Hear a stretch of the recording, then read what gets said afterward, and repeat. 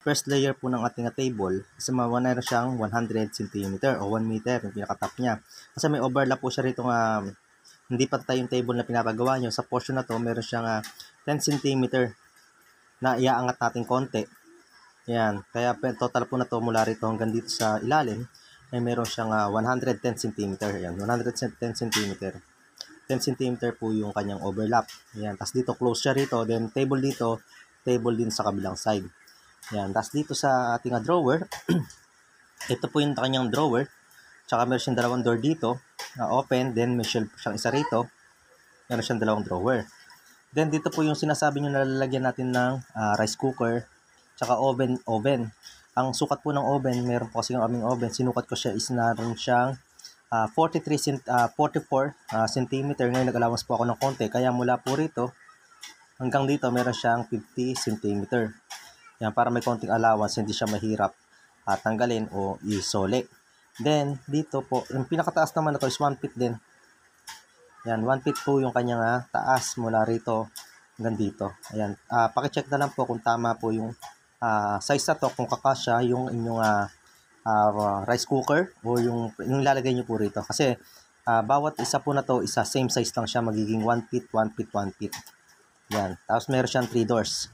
1, 2, 3. Individually, 3 doors siya. Yun po ang gagawin natin dito. Then dito, ito po yung ibubukod natin. Ito po yung pinaka gagawin ko tong detachable. Ito yung gagawin natin detachable dito. Ito isang panig lang tong buong table na to. Isang panig lang siya. Para yung pinaka front niya dito sa harapan, sa paglalagyan kasi natin siya ng floated panel para maging maganda yung kanyang itsura sa harapan. Pantay na pantay siya. Ngayon, ang ibubukod na lang natin o ang ating detachable, ito na lang itong portion na to. Yan. Sarado tong dito banda, dito siya open. Tulad po ng nasa drawing nyo. Yan, bali, ang magiging sukat po na to isa 1 feet. 1 feet siya kwadrado. Bali, 1 feet dito, isa 1 feet din yung kanyang height. Yan, bali dito siya open. Yan, 3 layers siya. Yan, 3 layers siya. Yan, bali ganyan po yung kanyang magiging ayos. Dito po siya, detachable. Ayan, hanggang dito po, nakakat siya rito.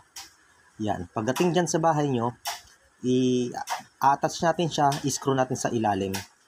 Yan. Ganun lang yung magiging plano ko po dito sa ating pinaka bar counter nyo. Tapos sa harapan nyo, meron tayo dong upuan.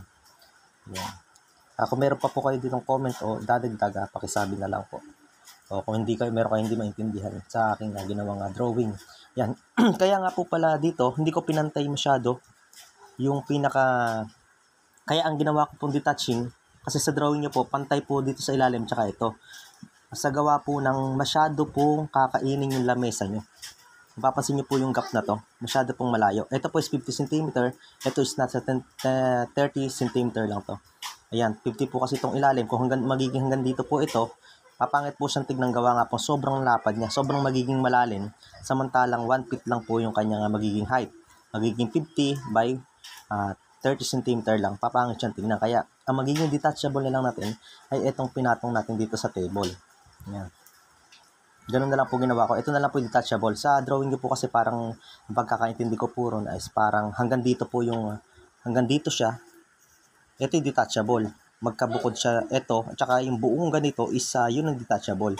Ngayon po, iniba ko siya para mas malalo pa siyang gumanda. Ito na lang pong tatlo ng layer na to ang detachable. Yan, madali siyang ipasok sa bahay nyo at the same time, mas magiging maganda. Gawa nga po yung pinaka-front niya, talagang isa lang siya. Tapos itong pag pinatong natin to, yun nga po sinasabi nyo na hindi talaga siya halata na nakapatong. Yan, ganun lang po. Kung mayroon kayong comment, pakisabi na lang po kung mayroon kayong hindi maintindihan. Ito bali yung ating bar counter, no? Yan. Bali yung tabletop niya, minasilyan ko siya ulit para mas tumibay pa siya, tsaka medyo pumatag ng gusto yung kanyang top. Yan, papasin niyo sa pagliliha ko rito. Yan, lalagyan ko siya ng tubig, no? Yan. Yan. Hindi ito penetrate sa loob yung tubig, gawa nga ng ito siya nakamasilya na, tapos makapal yung ating epoxy primer dito. Tapos minasilyan ko ulit siya. Tapos epoxy primer ulit para mas tumibay yung kanyang tabletop. Yan. Binabasa ko siya ng tubig. Yan. Yan, tubig yan. Hindi na magke-penetrate yung tubig sa ilalim. Gawa nga na makapal na yung ating primer dyan, tsaka yung masilya niya. Tsaka natin siya lilihain para mas kuminis pa yung kanyang tabletop. Lalo pagka ito napinturahan at nalagyan pa natin ng top coat, talagang solid na solid yung tigas ng ating tabletop. Hindi na to masisira agad yung ating board. Ayan. Lihain natin siya ng tubig. Liha. Samahan natin ng liha para mas maging makinis yung kanyang kalabasan. Yung kanyang maging outcome, no?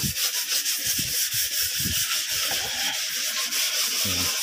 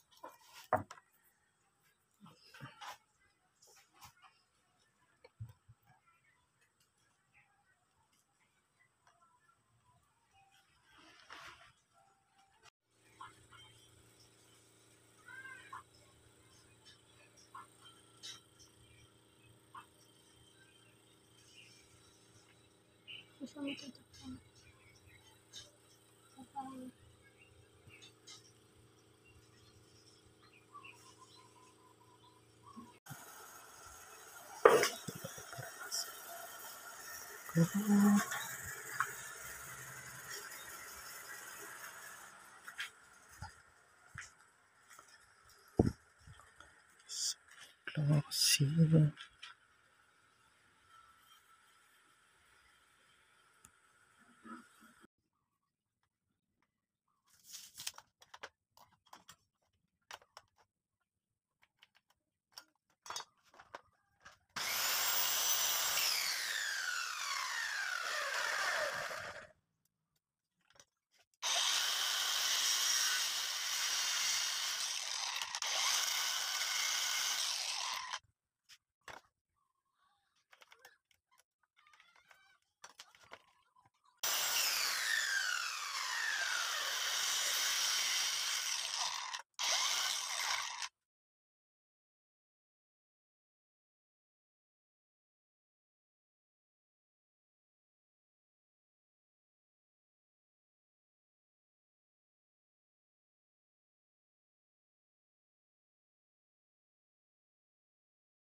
$25.